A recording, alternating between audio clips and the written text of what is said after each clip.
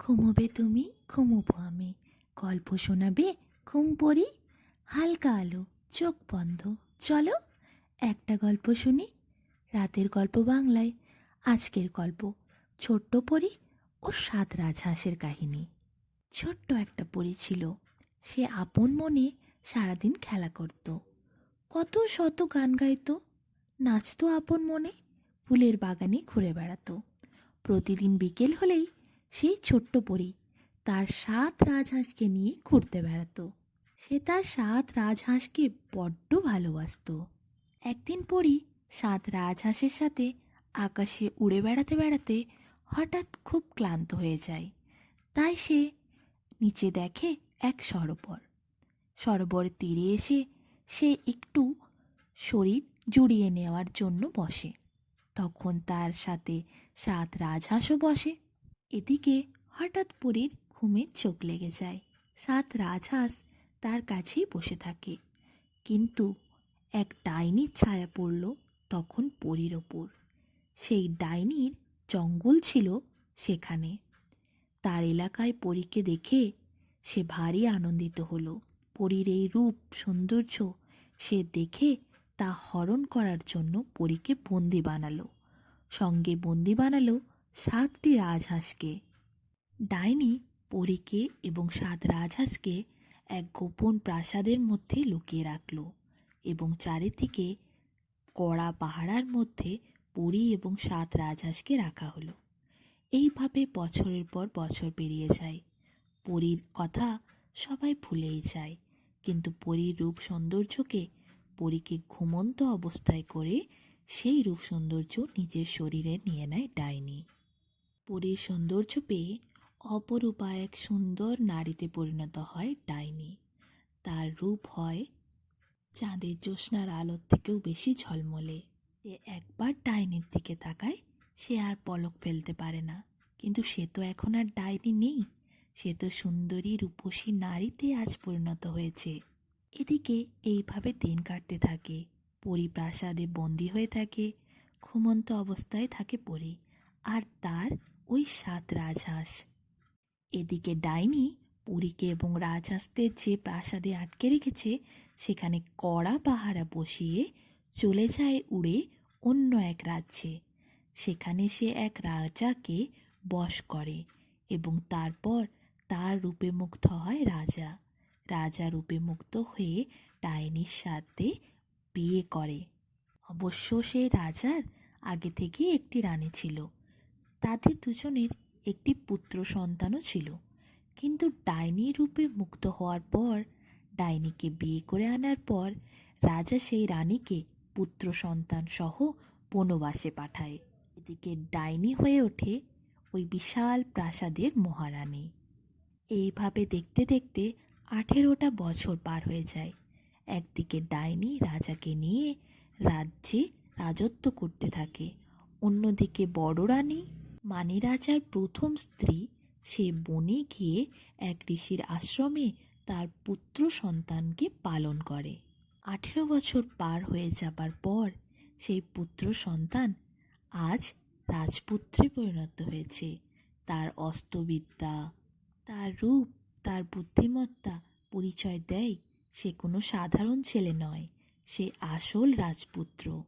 আশ্রমে যেই তাকে দেখে সেই মনোমুগ্ধ হয়। এদিকে রাজপুত্র লোকের মুখে জানতে পারে যে দূর প্রান্তে এক নদীর ধারে আছে এক সরোবর। সেই সরোবর পার হলে আছে স্বর্ণবাগান। সেখানে সব গাছপালায় সোনা দিয়ে তৈরি। আর স্বর্ণবাগান পার হওয়ার পরই আছে এক বিশাল প্রাসাদ।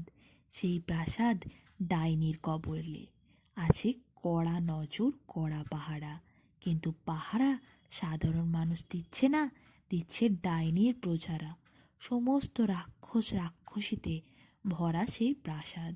কিন্তু সেই প্রাসাদের মধ্যে এক সুন্দরী পরী আটকে আছে।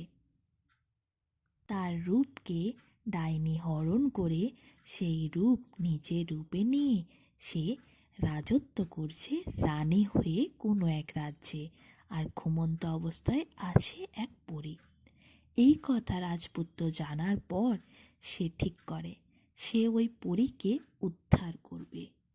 তাই সে রওনা দেয় সেই মহলের উদ্দেশ্যে। রাজকুমারকে কিন্তু আজও তার মা জানায়নি রাজকুমারের আসল পিতৃ পরিচয় কী। রাজকুমার খুবই ছোট ছিল যখন ঘটনাটা ঘটেছিল, তাই রাজকুমার আদেও জানে না সে কত বড় রাজ্যের অধিপতি।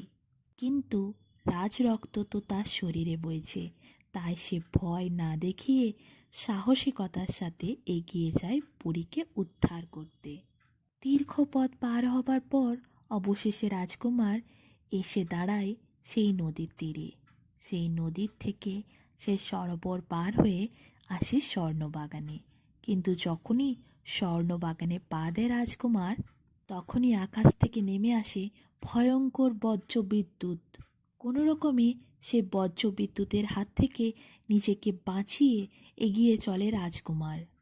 কিন্তু সেখানে এক ধরনের গাছ রাজকুমারের পায়ে শিকড় বাকড় দিয়ে জড়িয়ে রাজকুমারকে বন্দি বানায়। রাজকুমারও হেরে যাবার তো নয়, রাজকুমার তলোয়ার বার করে এবং গাছের শিকড়ে আঘাত করতে থাকে। রাজকুমার দুই বিপদকে অতিক্রম করে যাবার পর রাক্ষসীরা বুঝতে পারে কেউ একজন প্রাসাদের মধ্যে এসেছে।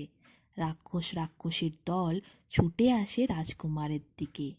কিন্তু রাজকুমার সে তো ভয় খেয়ে যাবার মানুষই নয়, তার শরীরে বইছে রাজ রক্ত। সেও ছুটে যায় ওই রাক্ষসীদের দিকে। এক বিশাল যুদ্ধ হয় দুজনের মাঝে। রাজকুমার একা হাতে মারতে থাকে রাক্ষসীদের।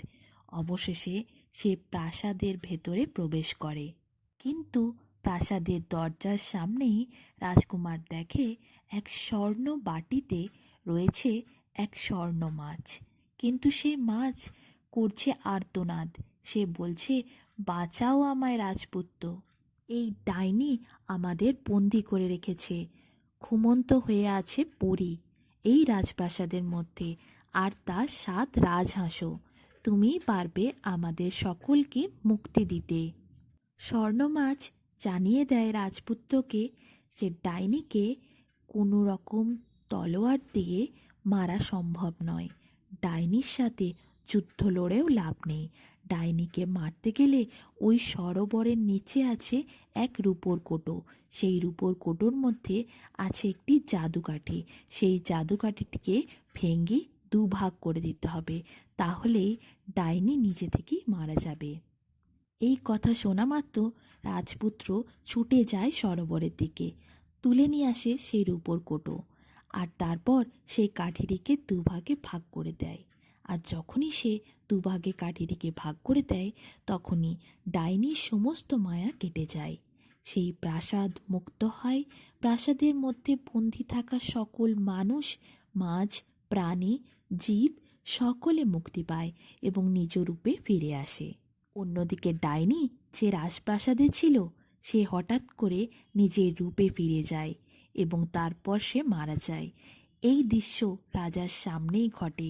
রাজা দেখে অবাক হয়ে যায় যে এতদিন ধরে যে নারীর সাথে রাজা সংসার করছিল সে আসলে কোনো মানুষই নয়, সে একজন ডাইনি ছিল। আর এই ডাইনির জন্য সে নিজের স্ত্রীকে বনবাসে দিয়েছিল, নিজের পুত্র সন্তানকে ফেলে দিয়েছিল, ত্যাগ করেছিল তার স্ত্রী এবং পুত্রকে। রাজা তো স্তম্ভিত। এদিকে রাজপুত্র রাজপ্রাসাদে ফিরে আসে। প্রাসাদে ফিরে আসার পর সোনার মাছ খুশি হয়ে বলে যে সিঁড়ি বেয়ে এক স্বর্ণ কক্ষ আছে, সেখানে যেতে। সেখানে গেলেই দেখতে পাওয়া যাবে সেই ছোট্ট পরীকে আর তার 7টি রাজহাঁসকে। রাজকুমার যায় সেই স্বর্ণকক্ষে, আর তারপর দেখে বিছানার ওপর ঘুমন্ত অবস্থায় থাকা পরী উঠে বসেছে। কিন্তু পরীর চেহারা, পরীর রূপ, পরীর সৌন্দর্য দেখে রাজকুমার তো চোখের পাতায় ফেলতে পারে না। রাজকুমার ভালোবেসে ফেলে পরীকে। অন্যদিকে পরী এবং তার 7 রাজহাঁসও খুব খুশি। পরী রাজকুমারের সাথে বেরিয়ে আসে প্রাসাদ থেকে। এদিকে রাজা মায়ামুক্ত হবার পর তার স্ত্রীকে পাগলের মতো খুঁজতে থাকে।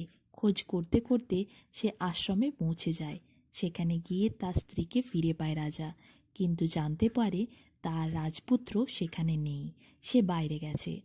অন্যদিকে পরীকে তার 7 রাজহাঁসকে নিয়ে যখন রাজপুত্র আশ্রমে ফিরে যায়, তখন দেখতে পায় তার বাবা রাজা স্বয়ং সেখানে এসে উপস্থিত হয়েছেন।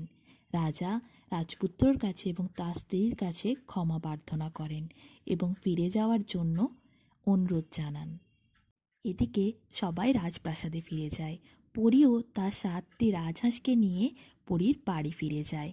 তারপর একটি শুভ দিন দেখে পরী তার পরিবারের বাবা মাকে নিয়ে আসে রাজপুত্রের রাজপ্রাসাদে। শুভ দিন দেখে তাদের বিবাহ সম্পন্ন হয়। রাজা, রানী, রাজপুত্র আর পরী আর 7টি রাজহাঁস খুব আনন্দে দিন কাটাতে থাকে এরপর তারা।